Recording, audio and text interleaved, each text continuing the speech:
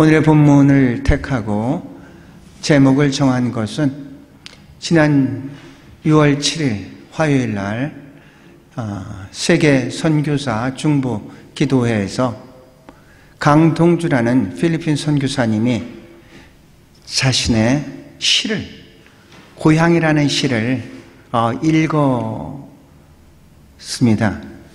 거기서 굉장히 많이 감동을 받고 오늘의 본문을 택했습니다. 잠깐 한번 같이 볼까요? 제가 읽겠습니다. 태어났다고 다 고향인 것은 아닙니다. 가고 싶은 곳, 살고 싶은 곳, 죽고 싶은 곳, 그것이 고향입니다. 갈 생각을 하면 설레고 떠날 때면 아쉬운 곳, 그런 땅이 고향이고 그런 사람이 고향입니다. 어떤 선교사는 그가 섬기는 선교지가 고향입니다. 어떤 선교사는 그가 섬기는 영혼들의 고향입니다.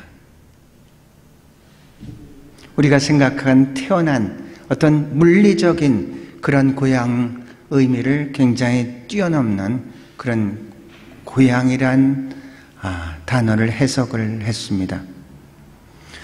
맨 끝에 있는 어떤 선교사에게는 그가 섬기는 선교지가 고향이다. 어떤 선교사는 그가 섬기는 영혼들의 고향이다. 여러분 고향을 가지시고 있습니까? 여러분은 혹시 누군가의 고향이 된 적은 있습니까? 오늘 여러분과 같이 고향이라는 단어로 세 가지로서 말씀을 같이 나누고자 합니다. 첫 번째는 물리적인 고향인 퀘렌시아라는 단어고, 두 번째는 심리적인 고향인 안전기지라는 단어고, 세 번째로는 영적인 단어인 은혜 보좌입니다. 먼저 생각할 것은 퀘렌시아라는 단어입니다.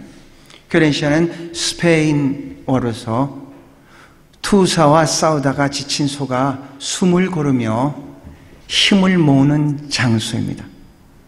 피난처이고 안식처라는 뜻을 가지고 있습니다.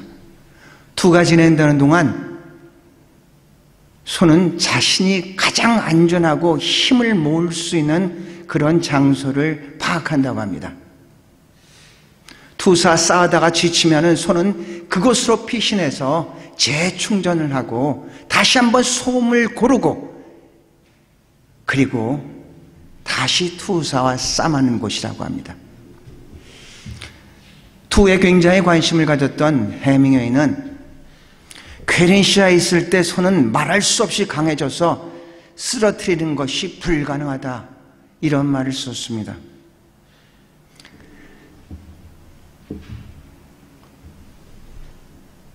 사랑하는 사람에게 배반을 당하고 심장이 터질 것 같을 때, 정신이 구갈되어 인생을 포기하고 싶을 때, 육신이 탈진하여 더 이상 움직일 수가 없을 때, 여러분의 퀘렌시아가 있습니까? 그곳에 가서 다시 한번 재충전을 받고 다시 한번 희망을 발견하고 앉은 자리에서 일어나며 다시 담대하게 세상으로 나갈 수 있는 그런 퀘렌시아가 여러분이 있습니까? 두 번째로 생각해 볼 것은 안전기지입니다.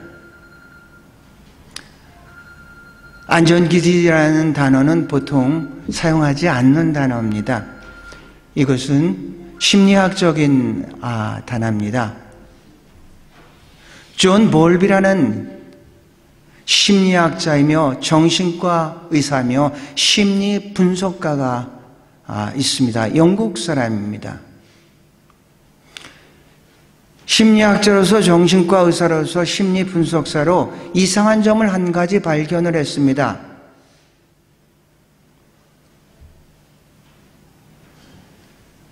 고아원에서 자랐다든가 다가수에서 자랐다든가 집단 수용에서 자란 아이들을 보니까 사회에 정상적으로 자랐던 아이들보다 굉장히 부적응을 하는 것을 발견했습니다. 그래서 존 볼비는 도대체 이유가 뭔가를 연구를 하기 시작해서 그래서 만들어낸 이제 이 이론이 애착이론이라는 게 있습니다. 아이가 주 양육자와의 관계, 이 정서적인 관계가 불안하면은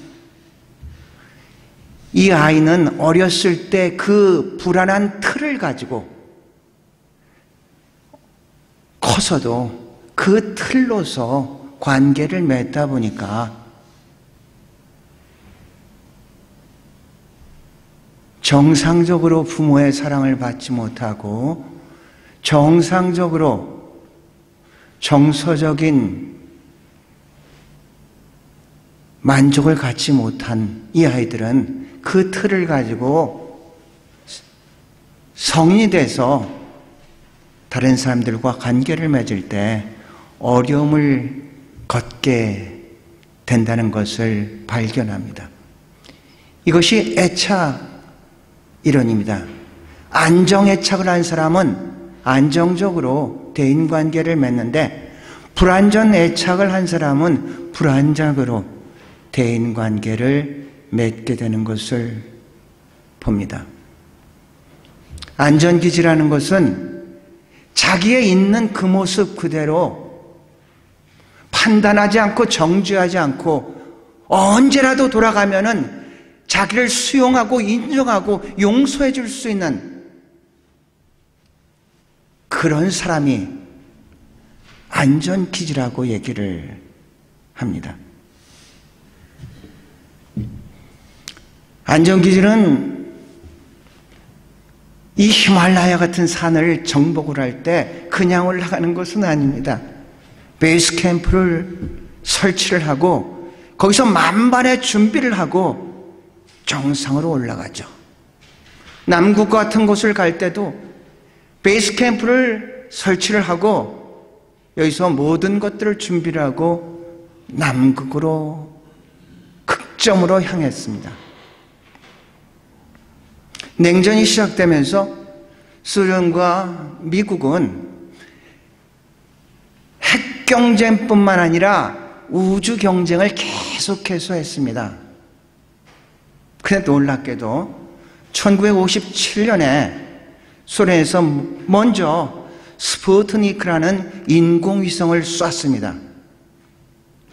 미국에서는 너무 놀라서 그걸 스푸트니크 샥이라고 얘기를 합니다.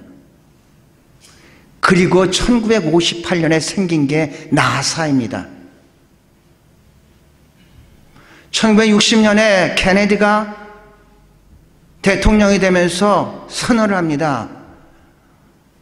10년 안에 미국은 반드시 달을 정복하겠다.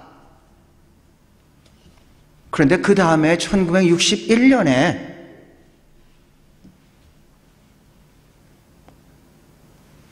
소련에서 최초의 우주 비행사가 탄생합니다. 이름이 가가린입니다. 미국은 완벽하게 교육 체제도 바꿔버립니다.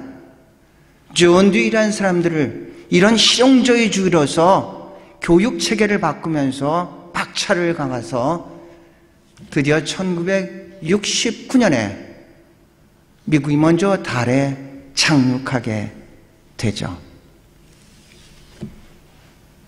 그보다는 50년 전에 또 한 번에 우리가 기억해야 될 경쟁이 있었습니다.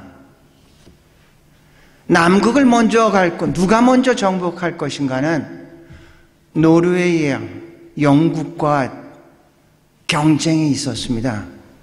1909년부터 1912년까지 두 나라는 먼저 남극을 정복해야 되겠다고 경쟁을 했고, 이 노르웨이에서는 아문센이 등장을 했고, 영국에서는 아주 잘 나간 탐험가이자 군인이었던 스콧이라는 사람이 경쟁을 시작했습니다. 모든 장비는 영국이 압도적으로 우세했습니다.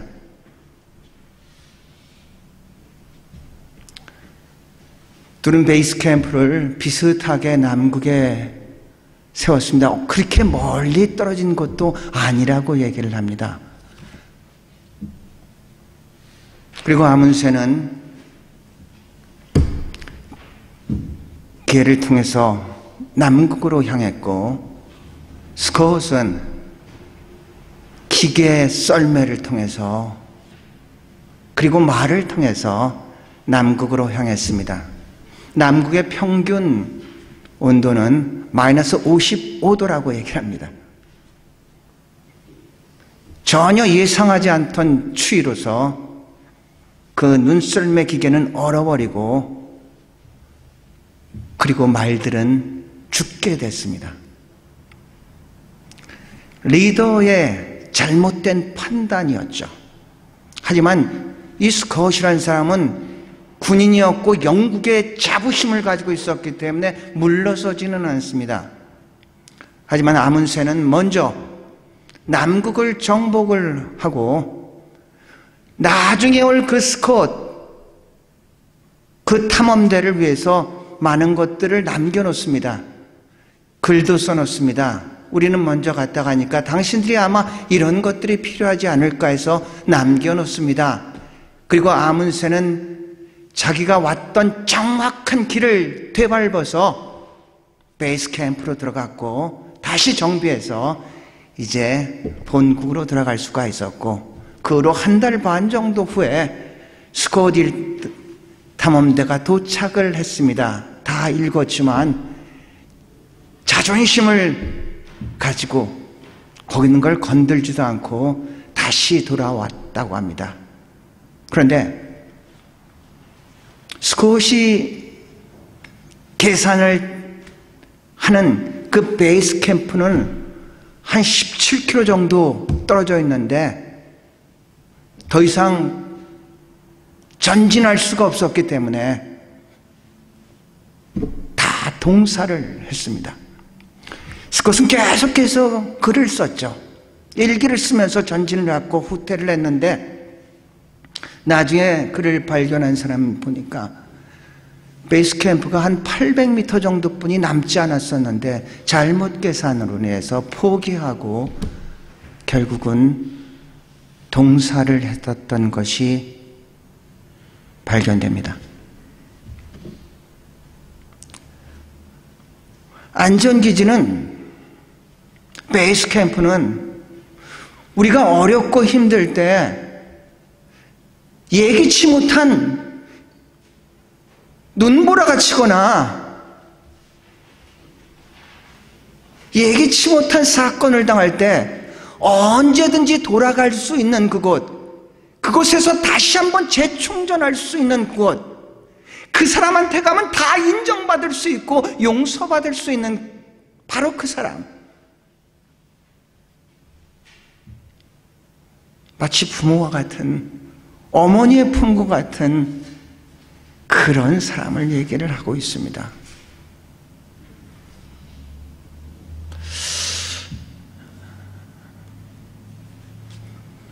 여러분은 돌아갈 곳이 있습니까?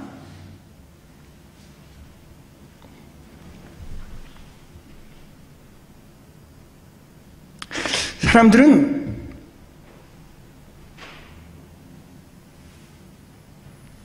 자기의 삶을 살지 못하고 타인의 삶을 살다가 임종을 맞이한다고 합니다.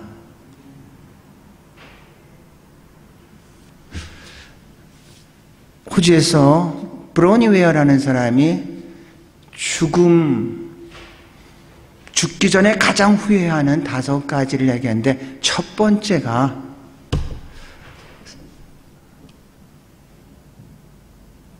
나는 나의 삶을 살지 못하고 타인의 삶을 살았다고 얘기를 합니다.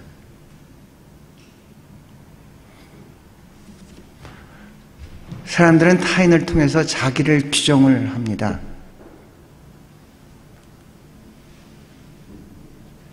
부모에게 받지 못했던 그 결핍을 타인을 통해서 충족하려다 보니까 그 사람의 눈치를 봅니다. 아, 내가 이 행동을 하면 저 사람은 어떻게 생각할까? 저 사람한테 좀 잘 보여야 되는데. 그래서 자기의 삶이 아니라 그 사람의 삶을 산다는 얘기입니다.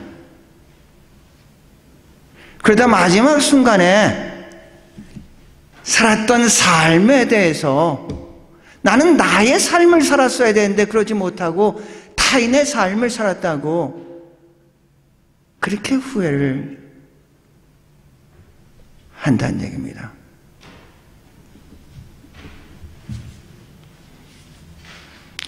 여러분은 어떻습니까? 여러분의 안전기지가 있습니까? 아니, 더 나가서 여러분이 누군가의 안전기지의 역할을 하고는 있습니까?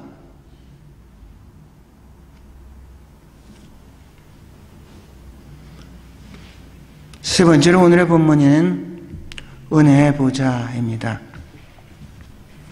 은혜란 구약에서 헤세드 또 헤느론 표현하는데 이 두 단어는 70인역에 가리스라고 표현합니다. 가리스라는 단어는 카라에서 나왔습니다. 카라는 기쁨이고 가리스는 은혜이고 가리스마는 은사입니다. 은혜란 단어는 자격 없는 자에게 조건 없이 주시는 하나님의 선물입니다. 에베소 2장 8절을 보면 너희가 그 은혜로 인하여 믿음으로 말미암아 구원을 얻었나니 이것은 너에게서 난 것이 아니라 하나님의 선물이라고 했습니다. 여러분이 잘해서 받는 것은 상입니다. 그런데 나의 자격과는 관계없이 주고자 하는 분이 줘서 받을 수 있는 것은 우린 선물이라고 합니다. 구원은 상이 아니라 선물입니다. 믿음은 상이 아니라 선물이란 얘기입니다. 그 은혜로 인한 믿음으로 말미암아 구원을 얻었다고 했습니다. 이것은 너희에게서 난 것이 아니라 하나님의 선물이라고 했습니다. 은혜 보좌라고 했습니다.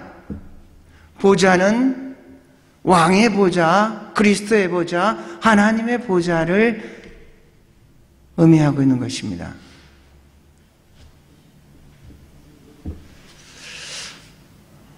아까 기도할 때 이 세상의 것, 헛된 것, 어리석은 것을 쫓지 말라는 그런 기도를 했습니다. 솔로몬은 성경에 3권을 썼습니다. 가장 젊었을 때 아가서를 썼고 중년에 가장 지혜로울 때 잠언서를 썼고 모든 것을 누리고 즐겨먹고 가져봤었던 그리고 나서 말년에 쓴 것이 전도서입니다.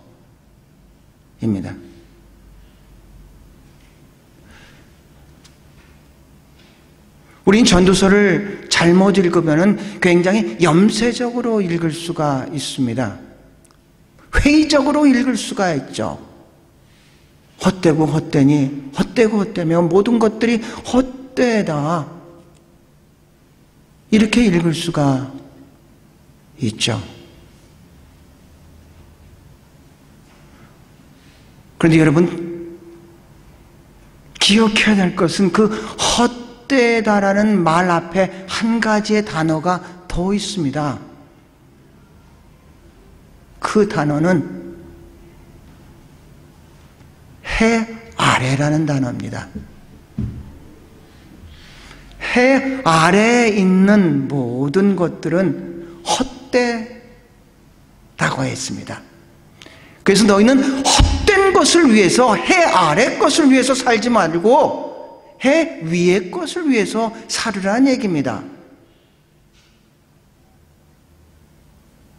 해 위의 것을 위해서. 인간은 생로병사 아닙니까? 언젠간 우리는 나이를 먹고 언젠가는 이제 우리는 이 땅을 마감하고 이제 떠나야 된다는 얘기죠. 그 죽음에서 삶을 바라본다면은 우린 좀 더 지혜롭게 살지 않겠습니까? 하늘에서 땅을 바라볼 수 있다면은 오늘의 이 땅의 삶을 더 명철하게 살아갈 수 있지 않겠습니까? 끝에서 시작을 바라볼 수 있다면은 그렇게 대충 엉성하게 그렇게 살지는 않지 않겠습니까?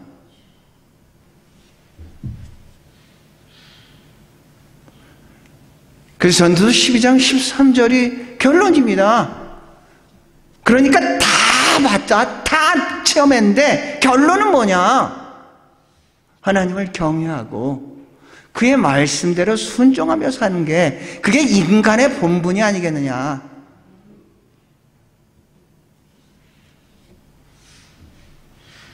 사랑하는 성도 여러분, 은혜 보좌입니다. 은혜 보좌는 구약적으로 얘기하면은 이렇습니다. 하나님이 현존하는 곳, 하나님을 만나는 곳입니다. 성소가 있고 지성소가 있고 그 안에 법궤가 있습니다. 하나님은 그 법궤의 뚜껑, 거기가 속죄소인데 모세한테 내가 바로 거기서 너를 만나겠다. 은혜 보좌는 하나님을 만나는 곳입니다. 거기서 힘을 얻고 거기서 다시 한번 재충전하고 절망의 자리에서 희망으로 옮기는 겁니다. 포기하려고 했다가 다시 힘을 얻고 일어서는 바로 그 자리입니다. 첫 번째 퀘렌시아가 물리적인 공간이라면은 두 번째 안전기도는 심리적인 공간이고 세 번째 은혜 보좌는 영적인 공간입니다. 인간은 영혼 육을 동시에 갖고 있습니다. 구세군은 영혼의 구원을 넘어서 전인 구원으로 갑니다. 개인 구원을 넘어서 사회 구원으로 갑니다. 구조가 모순된 곳에서는 개인의 신앙을 지탱할 수가 없기 때문에 그 구조를 변화시켜야 되지 않겠느냐. 영혼 먹을 것을 하나도 주지 않으면서 예수 믿고 구원받으라는 게 그게 진정한 구원이겠느냐? 아니지 않느냐?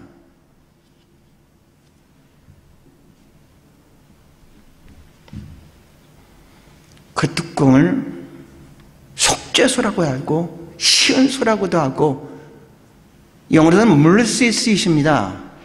우리는 그래서 구세군에서는 자비석이라고 얘기를 합니다.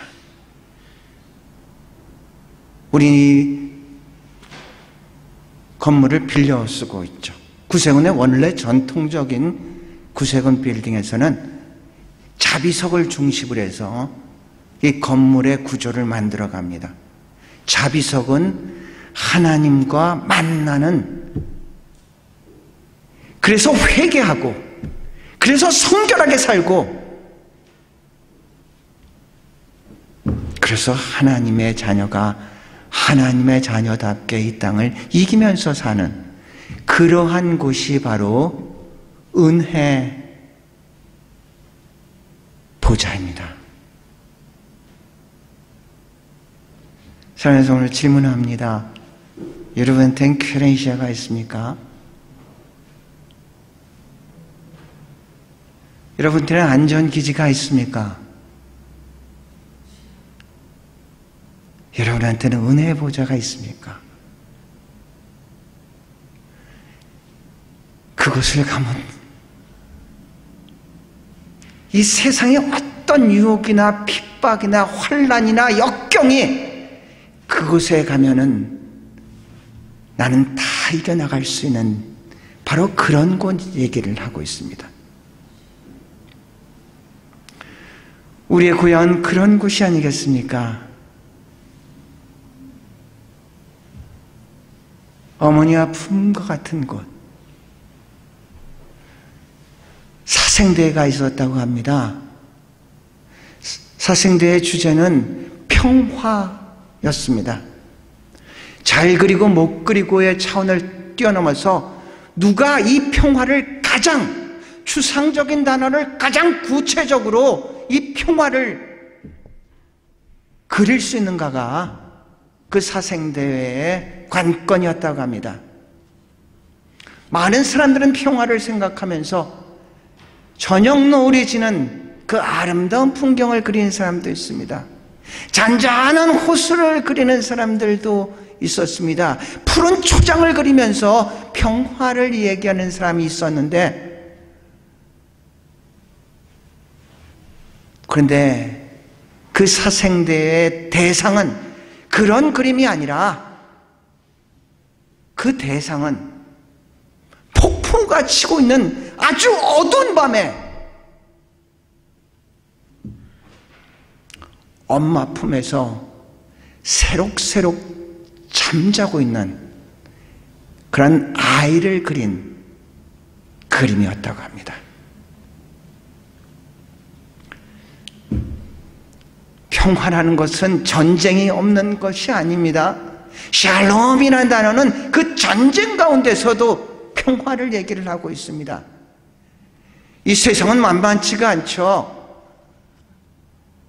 세상의 모든 것, 전쟁이 종식되고 기근이 없고 환란이 없고 이거는 있을 수 없는 일입니다. 우리가 얘기하는 평화는 그 가운데에서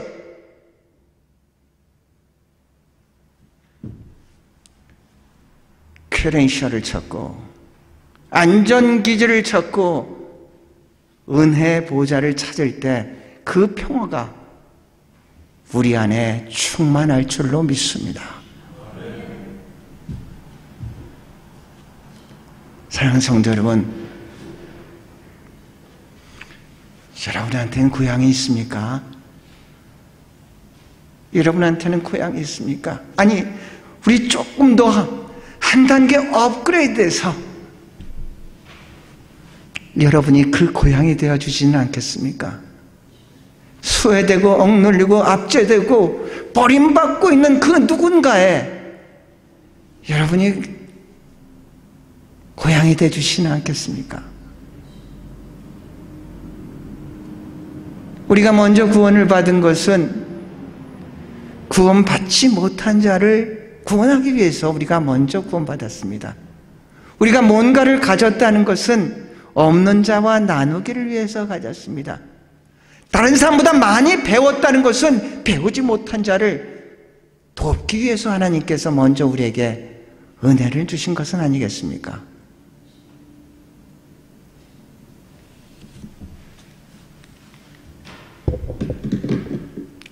우리는 우연히 던져진 존재가 아니라 보내진 존재입니다. 아직도 우리가 살아있다는 것은 그 보내진 목적, 그 사명이 아직도 남아있다는 거죠. 하나님께서 부르시는 그 날까지 사명을 깨닫고 그 사명대로 살고 그 사명이 완수될 때 이제는 다 이뤘다고 마지막 십자가에서 고백한 그 예수 그리스도의 고백과 같이 주님 이제는 다 이뤘습니다. 그러고 하나님 앞에 갈 수 있는 우리가 될 수 있기를 주의 이름으로 축원합니다. 기도하시겠습니다.